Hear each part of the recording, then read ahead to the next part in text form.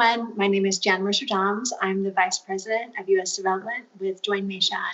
We are an ecosystem of brands for women by women, connecting women to each other and to the companies, causes, and organizations that champion equity for women professionally and personally. You're with us today on a bright, sunny day. I hope it's sunny where you are as well, for our Women in Money series, which we host every Thursday at 4 p.m. Eastern Standard Time. And each and every week, please make sure to join us. You can learn more about our programming at joinmeisha.com.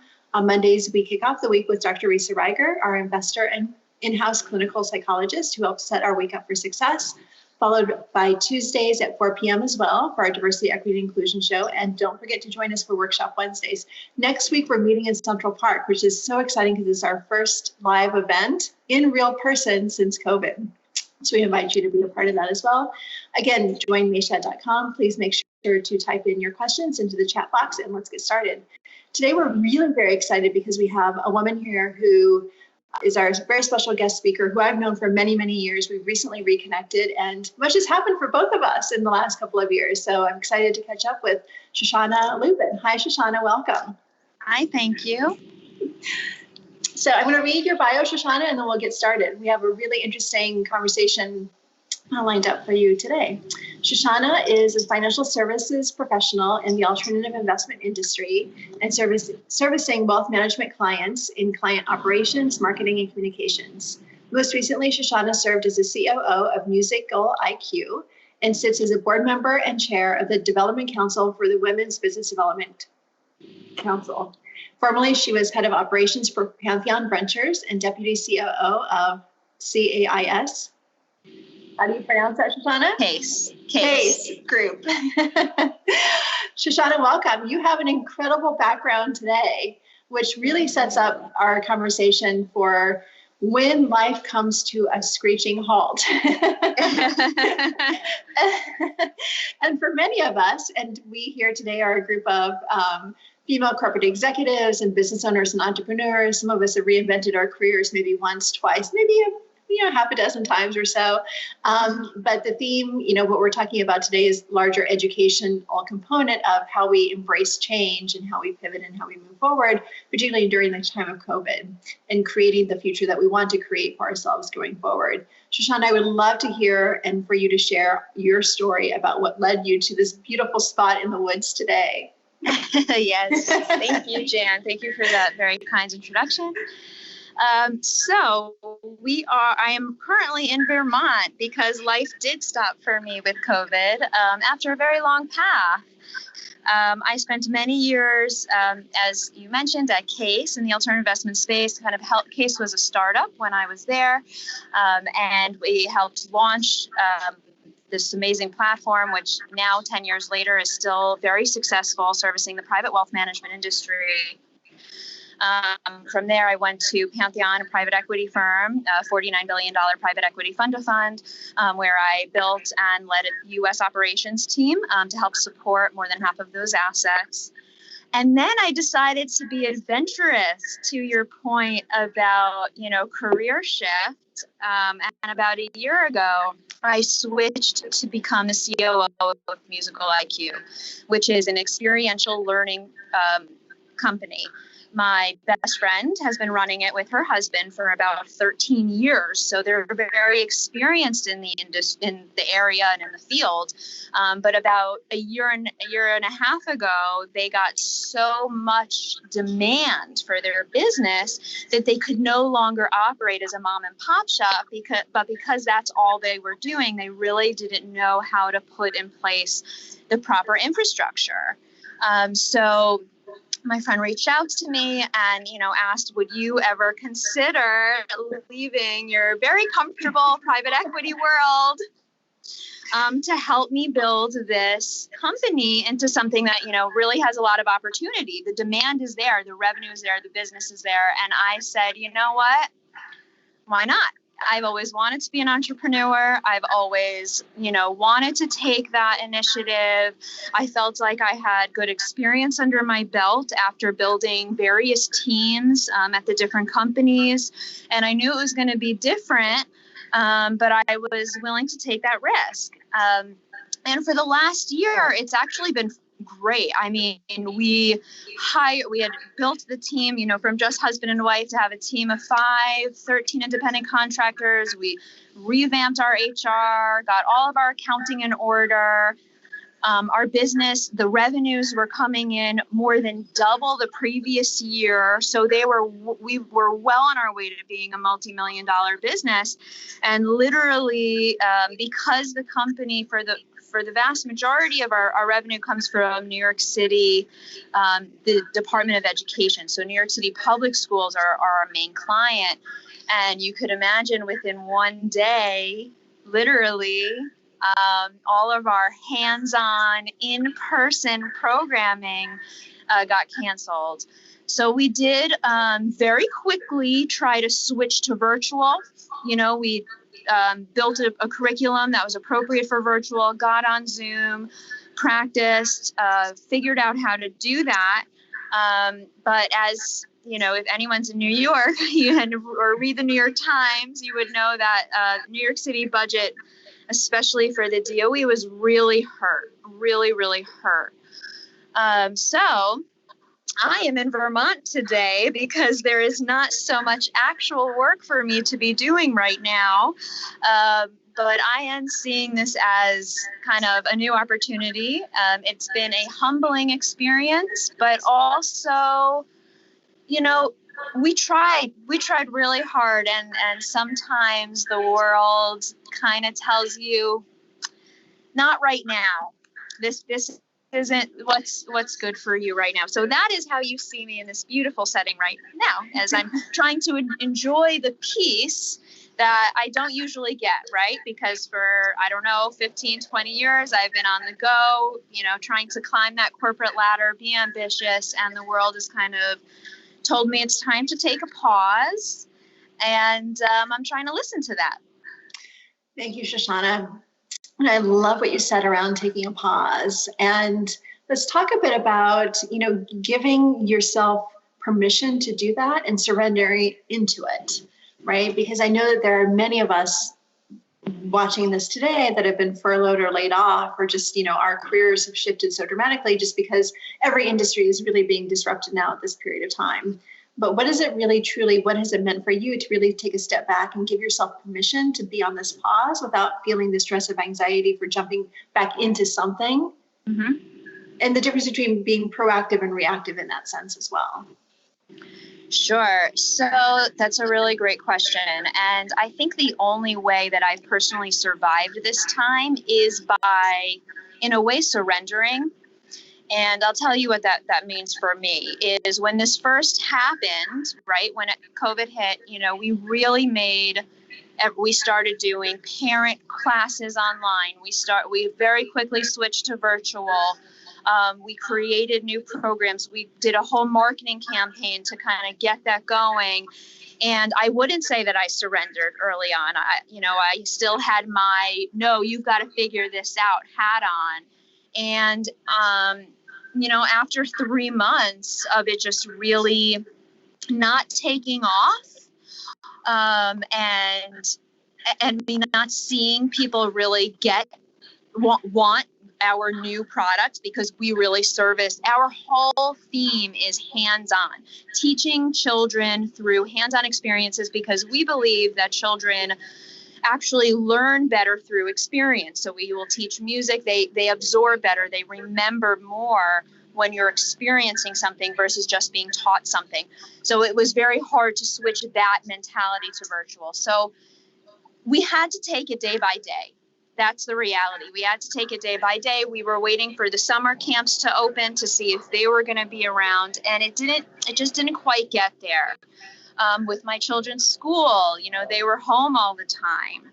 I think that's one of the things that honestly helped me surrender a little bit is I have these two very special little people who are now around me all the time. And what I realized was, oh my gosh, that 2 hours that I get to spend with them in a day, because I'm not constantly going, means the world to them.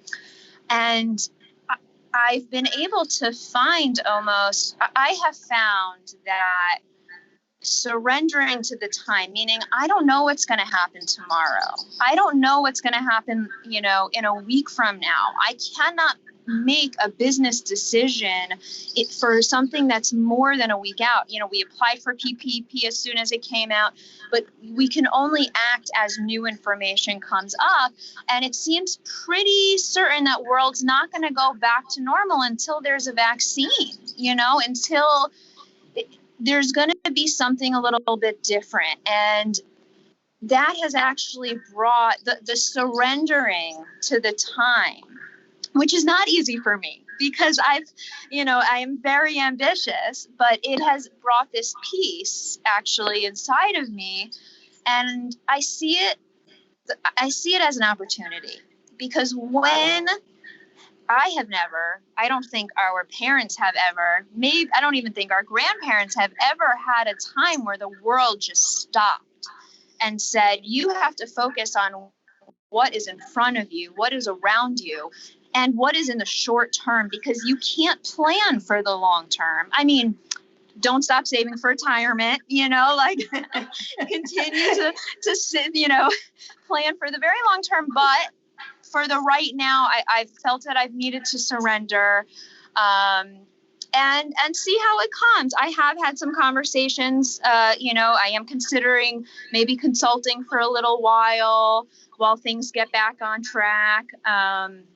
But I don't know, surrendering is where it's at for me right now. And I'm trying to enjoy this quiet and this peace because I've never had it in my life. I've never not been working. Since I was 15 years old, I've been working. So I have never not been go, go, go. And now that, I can do that, I am. I do know that I just want to, I know there are a lot of people on this call, and I know a lot of people are not in that situation. I have found a lot of other people are busier than they ever have been too. So what I'm finding very interesting about this time is it's just extreme. It's extreme slow, it's extreme fast, it's extreme unknown. And that can create a lot of anxiety. I do believe that once I've surrendered to that anxiety kind of went away. I hope that answered your question. It does. And I think it's really interesting because it also goes back to this notion of what is your experience, right? And you had touched upon this earlier in your comments around, we all now want to have experiences no matter how young or how old that we are. Mm-hmm. And I think you're right in the sense of, we, even as adults, we absorb and remember and place value on experiences that truly are heartfelt and meaningful and impactful to us. And I can't help but wonder that in this moment in time where so much of what we do is the flat world right now, in the sense of just how you and I are having this conversation, we reconnected on technology and for companies and for teams and for, friends, like most of what we're doing now is either, in the flat world via Zoom or social distancing with masks and gloves and, the whole protective ensemble. And so there's something that's from the human element that's missing from that. Yeah. And so from your perspective, how do you think just the notion of how, whether you're an entrepreneur or a business owner or a leader or in transition, what will experience mean to us going forward? How will it be different? It's a good question. So I guess because early in my career, I worked for a technology startup and we grew fast. But actually what that meant is that I had to learn how to be adaptable to change every 3 months. And I mean that every quarter, something was going to be different and something was going to be changing. I think that what this experience is going to teach us, first of all, I am really hoping that a lot of good actually comes out of this, even if it means there's a lot of sadness and darkness now that we're experiencing. There's something in it. Forests actually need to burn down to put nutrients into the soil so that way they can have new growth and we get fresher air and something better comes out of it. So I'm trying to see this time as that. And now, what is the experience that you're going to have? No matter where you are, how impacted you are, if you have a loved one that's been affected, if you've lost your job, if you are so busy with your job because your company can't pay outside counsel and you're a lawyer and therefore you're even busier, or you work with small businesses. I think that this time is pushing us all to our outer boundaries, our outer limits in a way. And I believe that it's showing people what you never thought you could do. You know, you didn't think you could put a 15-hour day in at the age of, I don't know, 45, 50, but you could because you had to. Or you've been very comfortable in your lifestyle and you now have a smaller income. You didn't think you can live on lower, but you can. And I think that this experience is I believe that people, for the most part, will be taught that they have limits that are actually farther than they believed, and they can actually do more, they can handle more, they can go further, even if it's painful now, even if it's hard now.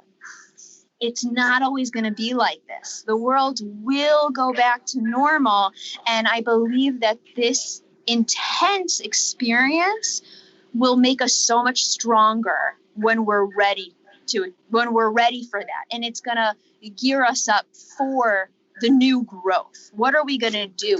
Maybe you hated your job for the last 5 years, and you surrendered to it, and then you said, you got furloughed, and you're like, what am I going to do?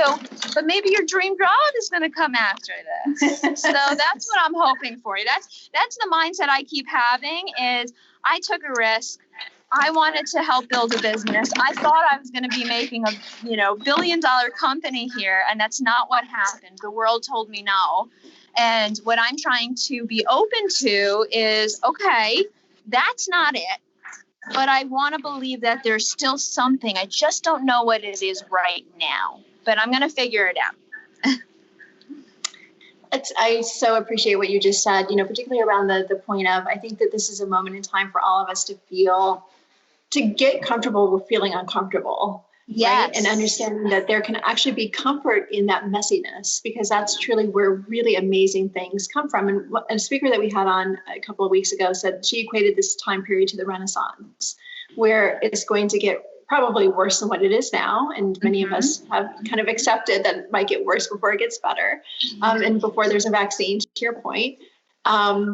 And life is going to be fundamentally different, but maybe it should just have been fundamentally different. And maybe this is the moment in time to really think through like your relationships and ensuring that you're surrounded by people that you want to be surrounded with, right? Whether that's people that you work with or your company or your job, or people that you have around you in your personal spheres as well. I'm wondering from the business side of this, Shoshana, how do you think, this moment in time will change how private equity is done? And will that change how, everything from, the moment in time of exits to mergers to just, how companies are valued? And, do you foresee, shifts happening in that space too, or is it too early to kind of figure this out yet? I mean, it's a great question. It's a very good question. And to be frank, private equity is probably one of the better asset classes, in my opinion, right now, because they're very long-term investments. So while this seems like a really long time to us, because it is in our world, to private equity, you're talking 10, 12 years, right? Is what we kind of, when we make an investment into a company, we're thinking 10 to 12 years out before that really balloons. What I think we're going to see a lot of now is a lot of mergers. There's a lot of fall. There are a lot of companies that are going to go by the wayside right now, and that leaves opportunity, for bigger fish, but it also leaves opportunity for new ideas, right? I believe that the world is going to be very different after all of this. I believe there's going to be a lot of innovation, and I actually think that the private, Pantheon is a private equity fund to fund, and I believe that there may be funds that are going to go away because the investments, they didn't anticipate something like this. Also, we have to realize this is happening after a 10-year bull market. I mean, the markets I've been waiting for a market crash, for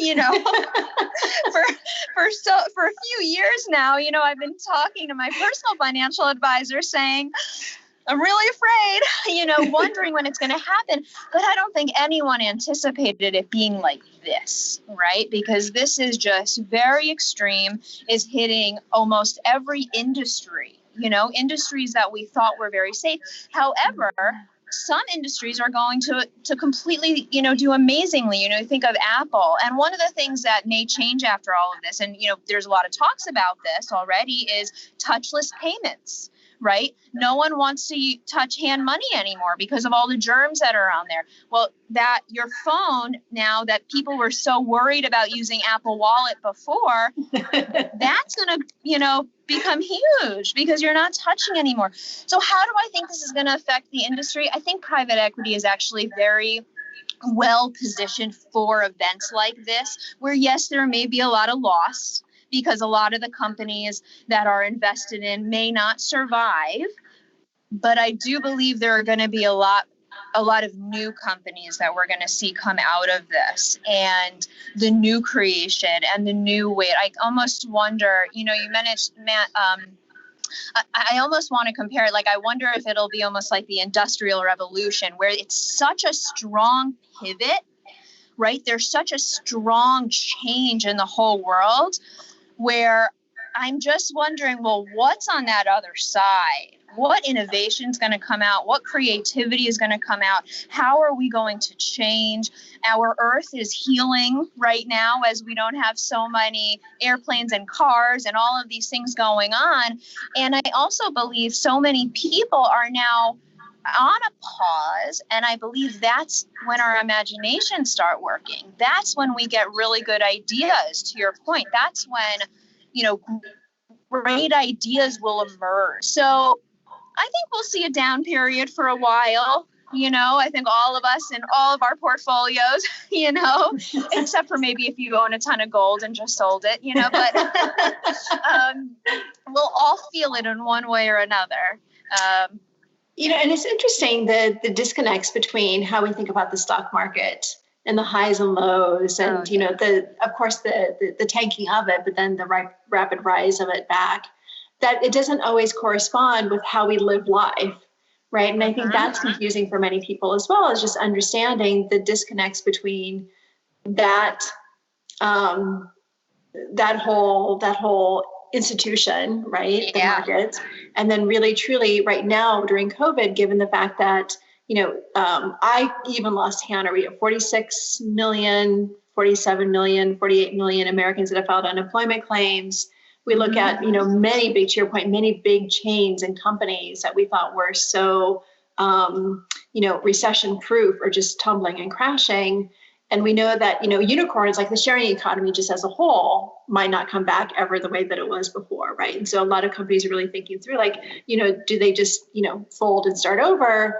Or is there something to salvage and reinvent and pivot? But yeah, there's this disconnect, right? Talk a bit about that as well. So this is a question that I honestly ask myself all the time. And it's actually one of the reasons that I personally went into private markets.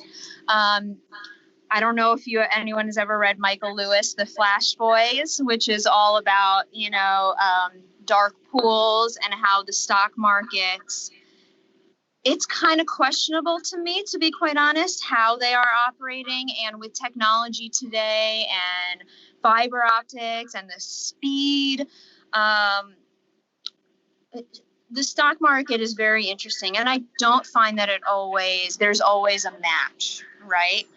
I can't personally explain it. I wish I could. I wish I figured that out.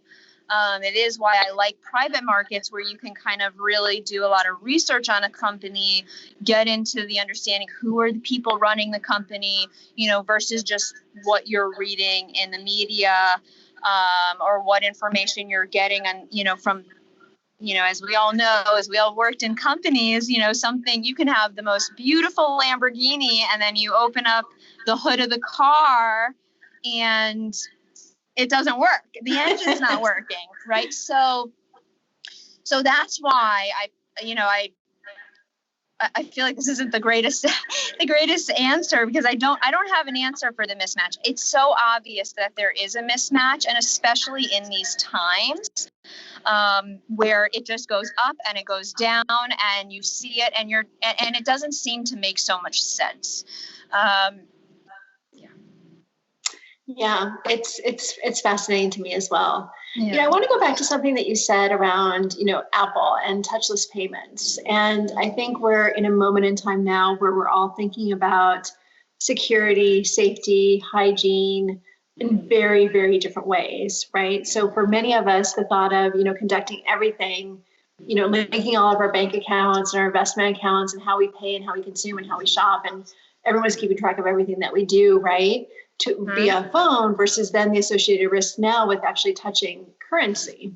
And I'm wondering, from your perspective, everything that we think about in the fintech, ed tech, health tech space, we know that there's going to be incredible demand and growth in those spaces. Ideally, and we can talk about these separately or talk about them together as a composite, ideally, what would you want to see come from that space? Knowing that still, even within the fintech space, there's a lot of security issues. We know even companies like Zoom have had issues lately with just, how to ensure that your end users stay safe during this period of time if you're going to be engaging with these technologies. It's a really great question. What I would really like to see is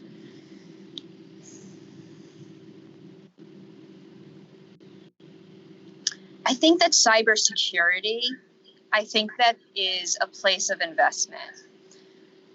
We've been speaking about it for so long, right? And you've seen, just a couple of, oh my goodness, I'm forgetting which company it was.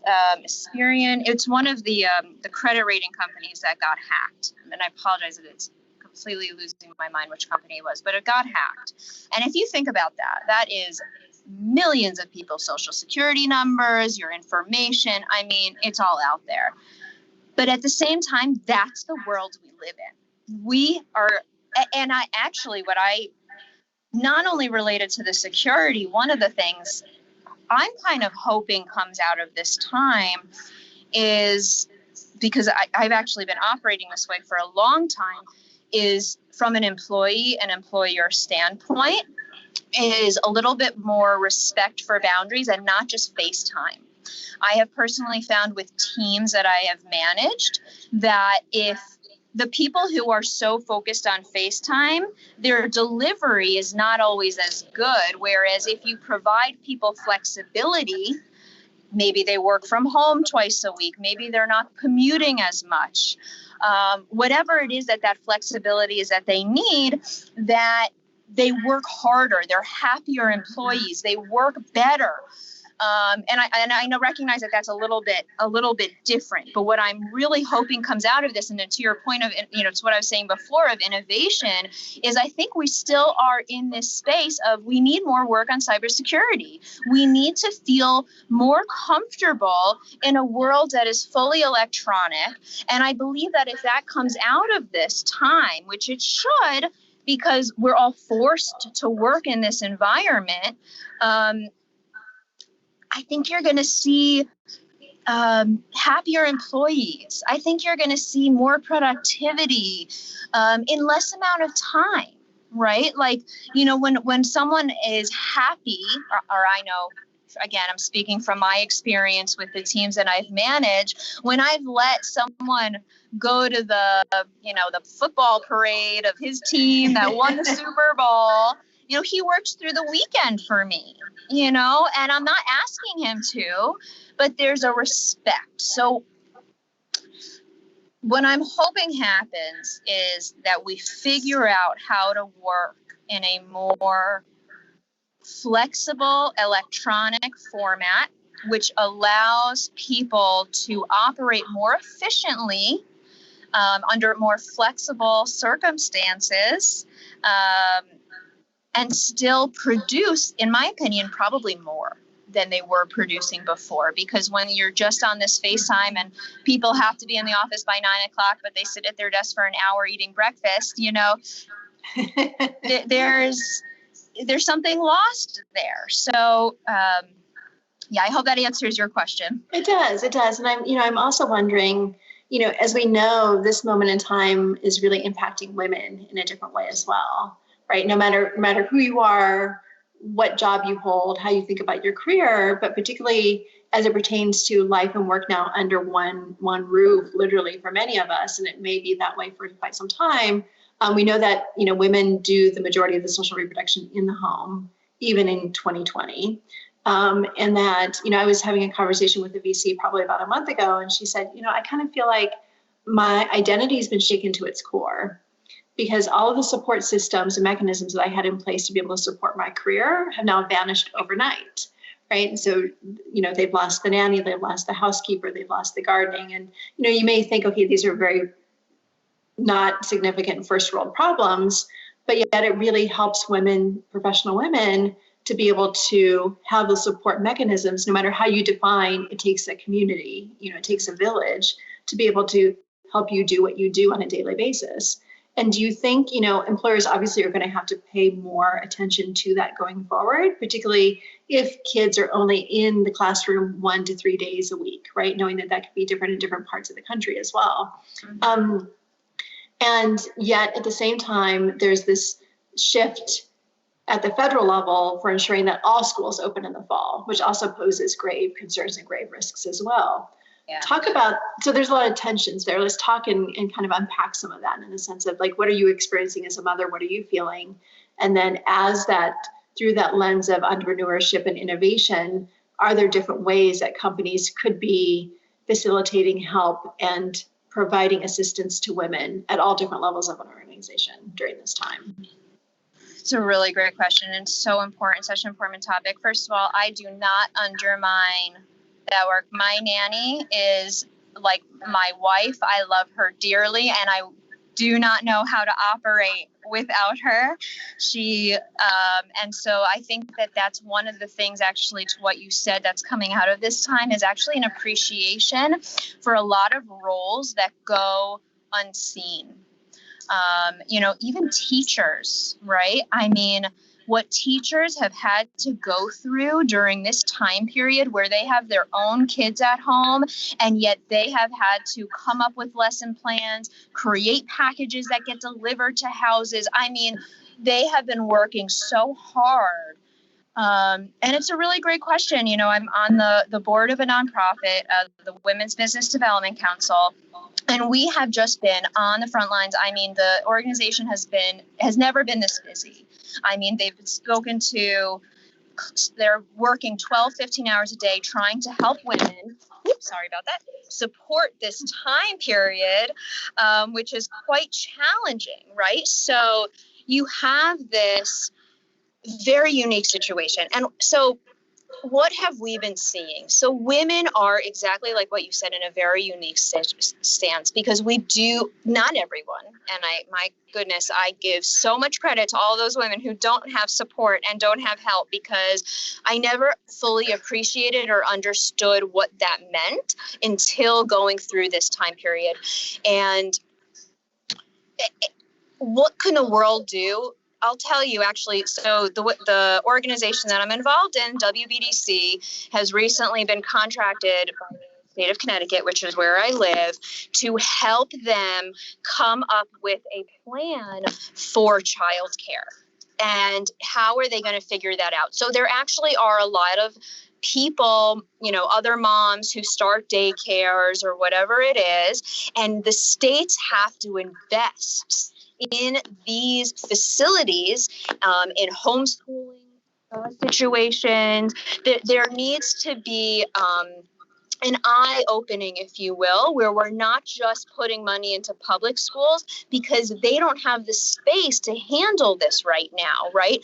I know in Connecticut, there are some public schools that have already said that they're going to be mostly virtual for this year because that's what they have to do. They don't have enough space to keep everyone safe. So therefore, I believe that the states and the government need to start investing in other types of childcare. And we are seeing that a little bit here or there. But as a woman, I think that we're facing this quite drastically, in a pretty extreme way. And I don't want to put men down, because, there are some men who are really right there supporting their wives, or are the primary caregiver. But I think what we should see, or hopefully, is I'm hoping that companies will also recognize more this need, going back to what I was saying earlier, for that flexibility. Right? If a woman is going to get up at 4 a.m. and work until 7 a.m. to get her work done, right, and but then she has to be available to her children. If the work is still getting done, is that acceptable? Is that good enough? So I think this is kind of a few-pronged practice where governments need to start investing in other child care situations that are not just the public schools. And I think we need to see some more flexibility at companies to allow women to do both, right? Otherwise, we're going to see a drastic shift, a lot of people leaving, and that would just, women and different cultures, we bring so much to the table, and so many, having different opinions, and having different, everyone who has a different experience brings something new to the table. And I personally really believe that a lot of that comes from different cultures, being a woman versus being a man. And I'm hoping that what happens after this time period is that the world opens up a little bit more and actually allows more opportunity for diversity, because we become more flexible. It's so interesting. And I'm wondering also, in kind of through the lens of flexibility and, allowing employees to think more holistically about how they work, and ensuring that they're incorporating in their family and life and social obligations and desires into how they think about the totality of just 24 hours a day, right? And I'm wondering, in this moment in time at Meisha, we talk a lot about, using this time as leaders to become more transparent and to become over communicators, and also to show more empathy and demonstrate more empathy, and also understand the complexity of just identity, to your point around the intersectionality of how we aren't just showing up as women, but we're women of different races, of different classes, of different ethnicities as well. And there's not just one unified gender experience. I wonder, taking that to a different sort of level, are investors also going to understand that maybe going forward, the traditional model of how companies get funded hasn't necessarily been feminine in the way that many women I know of in the Meisha ecosystem, we launch businesses not for the sake of growth and scale, but we launch them for many different reasons. Because we want to build something that's actually going to make the world a better place. There's a whole movement right now, which I personally I hope this comes out right, I'm kind of loving, because I really believe we need a shift. We really need a change in the way that we think. And I find it so interesting that these are coinciding at the same time, where everyone is forced to pause. We're forced to operate differently. And we're also forced to recognize that we have been, even if we don't look at ourselves as racist, or we don't look at ourselves as prejudiced, or we've always thought that we're not, there's things we don't see. And I'm speaking as, a white woman, and in this industry, when I was at Case, I was the only woman. I can't tell you at how many meetings of at least 20 white men. There was no diversity in the room, and I had to really push myself to be there. And I've seen that so much in private equity, where the partners who I have so much respect for, these women partners who've really pushed through in the 90s, when it was even, you to gain a client, you go to a strip club, and those days are hopefully on the, ending. But I do find it very interesting that these two things are coinciding. And one of the things that I'm really hoping for that comes out of this time, and I do believe we're being forced into, is seeing each person as an individual. And that means their background, that means their experience, that means where they come from, that means their culture, their language, their religion, whatever it is, and learning to appreciate that individualism and what that can bring to a company and what that can bring to a new space. And I do believe that investments are going to have to change. And I think they will, because I think we are all being forced to open our eyes. And some people don't like it. Actually, a lot of people may not like it, but it doesn't change the fact that they are being forced to see. And I believe that, I want to believe that the majority of people are opening their eyes, are opening their hearts, are opening their minds to being ready for that new innovation that's going to come after this, for that new creativity. And I think I'm hoping we're going to start seeing, a lot more investments in women of color, in men of different, from different places, in every different area. It's so interesting what you're saying, and I absolutely agree on so many different points. And I think that, many of us are equating this time to the 60s and 70s, but very, very different, obviously, for a lot of different reasons. But what we saw in the 60s and 70s is that we had the anti-war protesters with Vietnam, and we had the civil rights movement, and we had second wave feminism, and not exclusively, but in large part, those were very siloed movements. Mm-hmm. And siloed causes, even though one could argue that they were definitely all interlinked hand in hand. But I think right now what we're seeing is that there is this moment of we can't go back, right? Yeah. And so you see the Black Lives Matter space, and you see what's happening with the pandemic. And there's part of this that most of it that it's so glaring and it's so in our face, because there's millions and millions and millions of people that are getting sick and dying from it.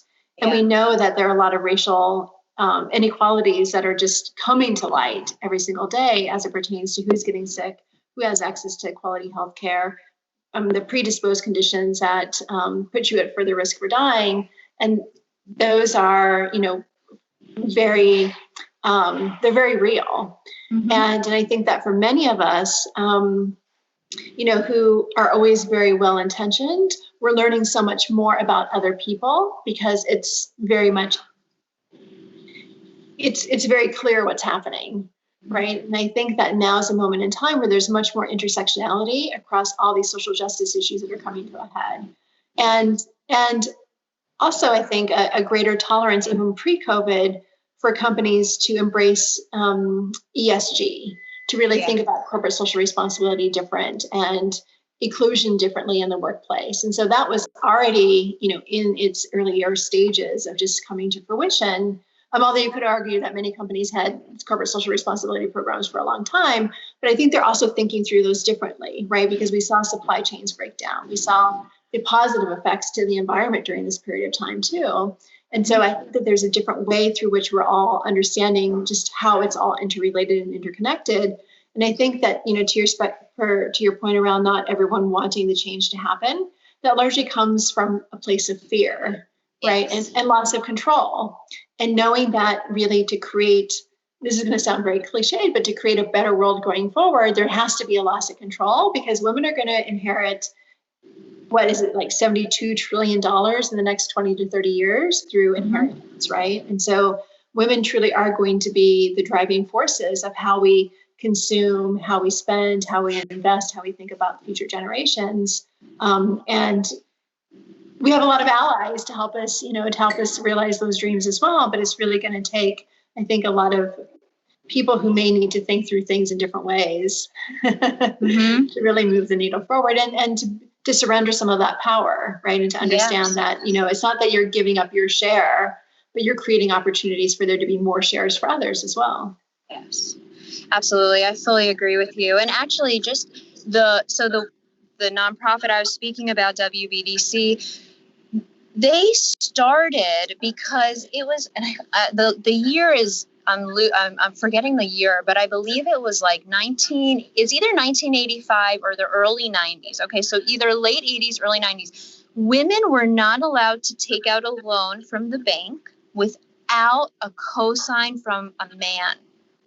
So within the last 35 years, okay, women have just started being able to take out a loan from a bank to start their own business. I mean, let that sink in for a second. You know, we want to think that we're in this open, so much has changed. And to your point, the 60s and 70s, right? And there was separation, right? You couldn't drink from the same water fountain in the 60s, you know?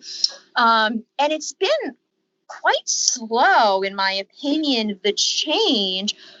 But again, what I believe, this is a movement. The world is being shaken right now, right? The world is, something's got to change. And if you think that only in the last 30 years women have been able to take out their own loan, well, what's going to happen now, right? It was just passed some more rights for transgender, right? And in terms of employment and in terms of, employee rights, what's next, right? So I think that what I'm hoping for, and to your point, is we still need more reform. We need more pressure. And, you know, I've been watching these videos because I've been trying to figure out how to teach my kids about racism, right? How do I teach them about this? Because, and, you know, I'm a little ashamed to admit this, but at the end of the day, they don't see that many, you know, in the world that they live in. It's just, you know, my kids are very young and they go to a small little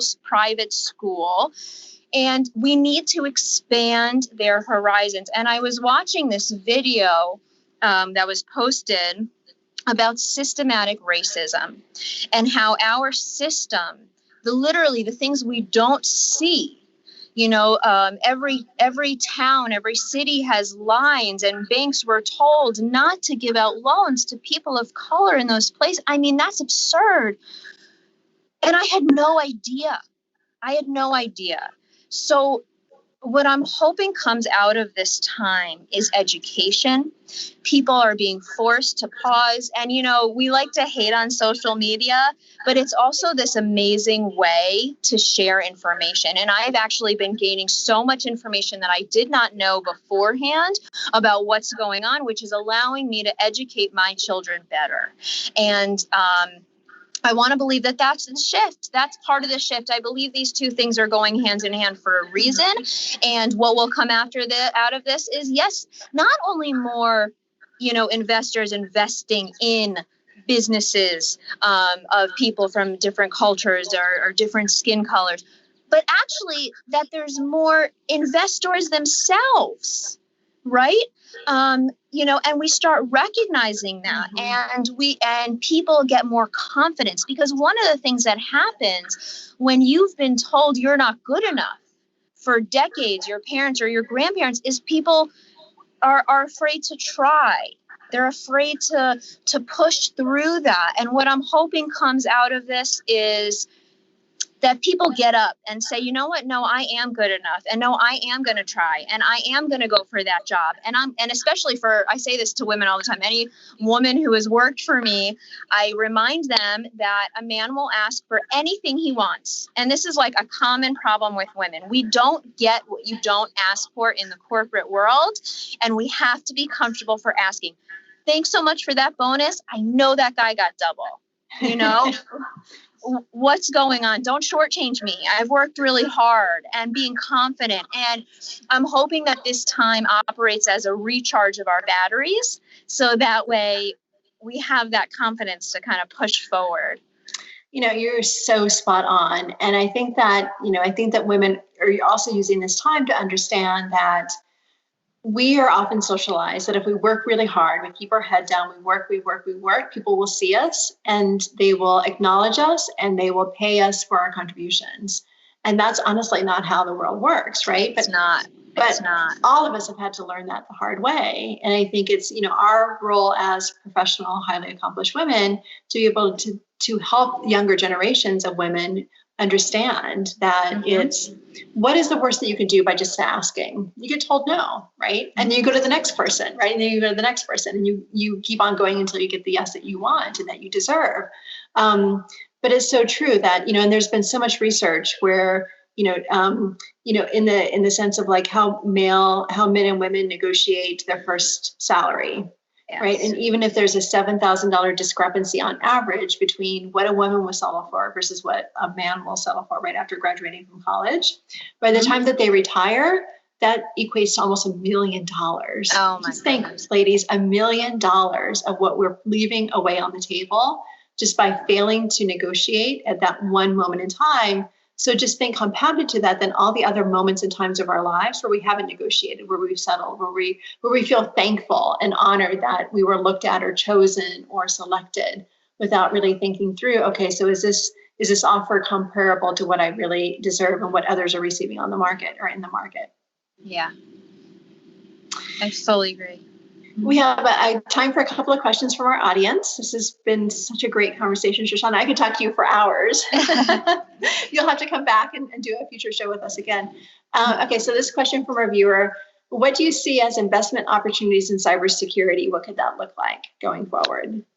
It's a great question. So what I'm looking for or what I'm hoping that cybersecurity companies are going to come out with is there needs to be. So right now, I know at companies, when they implement so much high cybersecurity, basically your emails go in junk, right? They don't come through because what's happening is that they are putting up so many walls to try and prevent, people from hacking, and it's happening, but you're actually losing opportunity there too, right? You can't accept an email from a Gmail account, or something may be coming in, and I mean, obviously that's probably not going to go away, but what I'm hoping is going to come out of cybersecurity companies, and what we're going to have is, so I used to work a lot in compliance, okay? And what's happening is when things happened, especially after 2008, there were a lot more regulations and rules that came into place where you want to invest in something. Well, you have to tell them your whole life, your social security, your birthday, your kids' first candy that they ate. I mean, I'm being sarcastic, but you have to give over so much information, and it's become this burdensome 3 pieces of mail that have been sent to your house. I don't even get mail. I want to go paperless, so I don't have so much, to send that. So it's what I'm hoping comes out of this is actually a system, right? Right now we're doing so much tracing, and I know people are very concerned about privacy, but if there is a way to have a private system of some sort that controls the data, that doesn't require hundreds of, thousands of companies to be collecting all of the same data, but there are secure systems that are truly secure, right? Like your underground vault in Switzerland, right? How do we translate that level of security and that privacy coupled together into the cyber world? I don't know the answer to that. I'm hoping someone much smarter than me comes up with that. But that is where I would see opportunity, is a more global system. It would have to be something that is backed by governments, I believe, because that has to be, it can't be shared with so many different companies. Thank you for that. Going back to the conversation around flexibility within the work environment and within how we think about, building effective teams going forward, how does teamwork with flexibility happen without making other team members wait on each other? Because let's face it, like much of the work that we're doing now doesn't happen in silos, right? We're a part of collaborative teams across departments, sometimes even across companies. And so how do you envision that working going forward, particularly if work doesn't necessarily happen within kind of that normal 9 to 5 time period anymore? So that's a great question, but the first phrase my children knew how to chant around the house as we cleaned up is teamwork makes the dream work. Okay, because that is the bottom line, and one person cannot hold up the amount that a team operating efficiently can. When I was at Pantheon, I had built a team of 5 people who handled the same workload as a team of 30 people in London who were more focused on the 9 to 5, whereas my team, our whole idea was we would have, and I don't think you have to be in person for this, we would have open communication. It's what you said earlier, transparency. Knowing that one person in the team has a grandmother that's sick and may need some more support from the team, and that person not being afraid to speak up will make everyone else step up. And then when we do that for that person is going to do it for the next person. So what I believe is what I believe makes a team work well is transparent communication, openness, knowing what is going on in each other's lives on a personal level, knowing what's important. You know, some people maybe are morning birds and some people are night owls. And knowing that and having that handoff, you know, I was going through at a company, I went through a pretty intense regulatory examination. And if anyone's ever been through this, it's like 48 hours, deliver us a ton of information. And we had created a system, 5 of us, okay? The 5 of us had created a system. 2 people were producing the work. Then they handed off to 2 people who were checking the work, who handed it off to someone who was putting it into the right format. But we were speaking until 2, 3 a.m., you know, but the people who there were people getting up at 6 a.m. to produce the report. So that way the people who were reviewing it could work on it. So the people who could get it ready. So I don't believe you have to be sitting physically in an office at 9 to 5 to accomplish that. I believe the way that a team works well is through open communication, transparency, and flexibility. And respect. Respect is the most important thing, and respecting each person for what they want in life, for who they are, how they operate, and not being judgmental of the person who has no problem working until 2 a.m., but also being respectful of the person who loves getting up at 4 a.m. And just knowing how each person works differently, and then by understanding each person in the team, creating a system, a little ecosystem for it to work smoothly. You know, it's so interesting what you're saying, because I'm also finding that for many companies backtracked a bit on wanting to make sure that they weren't engaging, communicating, asking questions about one's personal world, right? Mm-hmm. Now we're in a very different moment in time, but what we saw right after the Me Too movement was that many women started to feel excluded from many of the conversations they used to be a part of, because even the best of intentioned, most supportive men in companies often didn't know what to do with what was happening. 100%. Right?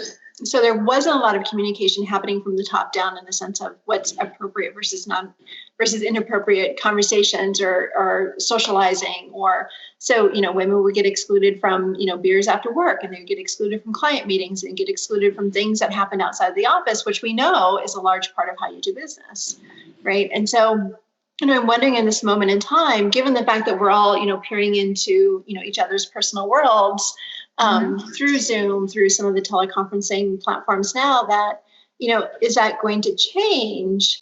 And how can HR leaders become better problem solvers and solution creators in a space that there was so much backlash, just in the sense of wanting to make sure that you were overprotecting a person's identity and you know, their personal spheres and spaces? Such a great question, and so important. And it was something that I really saw so firsthand. You know, the Me Too movement was so critical, so important, and it is so important. And I can't tell you, I think more women I know have been affected by it than not. So that's just something that needed to happen. But I agree with you that one of the unfortunate events is that men don't know how to operate under those circumstances anymore. And that's become very challenging. And I have experienced that. What I am hoping for actually is, going back to a previous conversation or earlier in our conversation, is it's still a man's world. And it's still a white man's world. Not 100%, but it's still so there if you look at the numbers. And that's changing. And I actually believe that the more that changes, what can HR professionals do? Make sure they're giving people equal opportunity, making sure they're interviewing people from different backgrounds, different races, different cultures, and giving people the chance, not just looking for someone from Yale or Harvard to come and work for them, not just looking for someone who had the privilege to go to a very recognizable school. HR people, I think, will make a change in the hiring. I believe that if we give more opportunity, then the world will naturally change, because then you're not just going to have the men who are afraid. You're going to have people who don't need to be afraid. You're going to have women. You're going to have people who are discriminated against, people who have personally experienced that. And then I believe that will naturally help shape companies for the better. Shoshana, thank you so much. This has Thank been you. an absolute pleasure. Come back anytime and talk more with us. Everyone, thank you so much for participating and watching today. Please make sure to stay tuned for all of our upcoming events, series, episodes, workshops. We also run Brain Trust for our members.